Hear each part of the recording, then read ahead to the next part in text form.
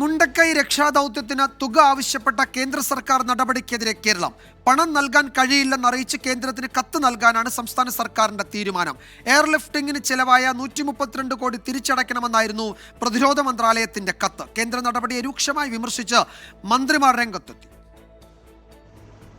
2019 പ്രളയം മുതൽ വയനാട് ദുരന്തം വരെയുള്ള എയർലിഫ്റ്റ് സേവനത്തിന് 132 കോടി 62 ലക്ഷം രൂപ കേരളം തിരിച്ചടയ്ക്കണമെന്നാണ് കേന്ദ്ര സർക്കാരിന്റെ നിലപാട്. എത്രയും പെട്ടെന്ന് തുക അടയ്ക്കണമെന്നാവശ്യപ്പെട്ടായിരുന്നു ചീഫ് സെക്രട്ടറിക്ക് എയർ വൈസ് മാർഷൽ കത്ത് നൽകിയത്. കേന്ദ്ര നടപടി ജനാധിപത്യ വിരുദ്ധമെന്നും പണം നൽകാൻ കഴിയാത്തതിന്റെ സാഹചര്യം വിശദീകരിച്ച് കേന്ദ്രത്തിന് മറുപടി കത്തയക്കുമെന്നും റവന്യൂ മന്ത്രി കെ രാജൻ. വിവിധ കമ്മിറ്റ്മെൻറ്റുകൾ എന്ന് പറയുമ്പോൾ ഇതെല്ലാം കൂട്ടി വരുന്ന ഒരു സാഹചര്യത്തിൽ ഇതിപ്പോൾ കൊടുക്കണം എന്ന് പറഞ്ഞുകൊണ്ടാണ് കേന്ദ്രത്തിൻ്റെ നിലപാട് വന്നിരിക്കുന്നത്. കേരളത്തിനോടുള്ള ഒരു മര്യാദഘട്ട സമീപനമാണ്, ഒരു ജനാധിപത്യ വിരുദ്ധമായിട്ടുള്ള നിലപാടാണ് യഥാർത്ഥത്തിൽ ഇപ്പോൾ ഈ ഘട്ടത്തിൽ കാണിക്കുന്നത്. സഹായം നേടിയെടുക്കുന്നതിൽ ഒപ്പം നിൽക്കാതെ പ്രതിപക്ഷം പിന്നിൽ നിന്ന് കുത്തിയെന്ന മന്ത്രി എം പി രാജേഷ് കുറ്റപ്പെടുത്തി.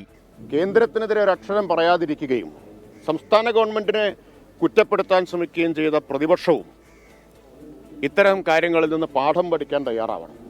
പ്രതിപക്ഷം അവരുടെ നിലപാട് പറയണ്ടേ? കേരളത്തിലെ സർക്കാരിനെ പിന്നിൽ നിന്ന് കുത്താനാണോ ശ്രമിക്കേണ്ടത് കേന്ദ്രത്തിന്റെ കൂടെ? ഉപകാരം ചെയ്തില്ലെങ്കിലും ഉപദ്രവിക്കരുതെന്നായിരുന്നു കെ വി തോമസിന്റെ പ്രതികരണം. കേരളത്തിനെതിരെ കേന്ദ്രം നടത്തുന്നത് രാഷ്ട്രീയ നീക്കമാണെന്ന് കേരള കോൺഗ്രസ് എം ചെയർമാൻ ജോസ് കെ മാണിയും വിമർശിച്ചു. കേന്ദ്ര നടപടിയെ രാഷ്ട്രീയമായി നേരിടാനാണ് സർക്കാർ തീരുമാനം. അതേസമയം കേന്ദ്രം കനിഞ്ഞില്ലെങ്കിൽ തുക അടയ്ക്കാതെ വേറെ പോംവഴികൾ ഉണ്ടാകില്ല. SDRFിൽ നിന്ന് പണമടച്ചാൽ പ്രതിസന്ധി രൂക്ഷമാകും. വിവിധ ബ്യൂറോകൾക്കൊപ്പം 24 തിരുവനന്തപുരം.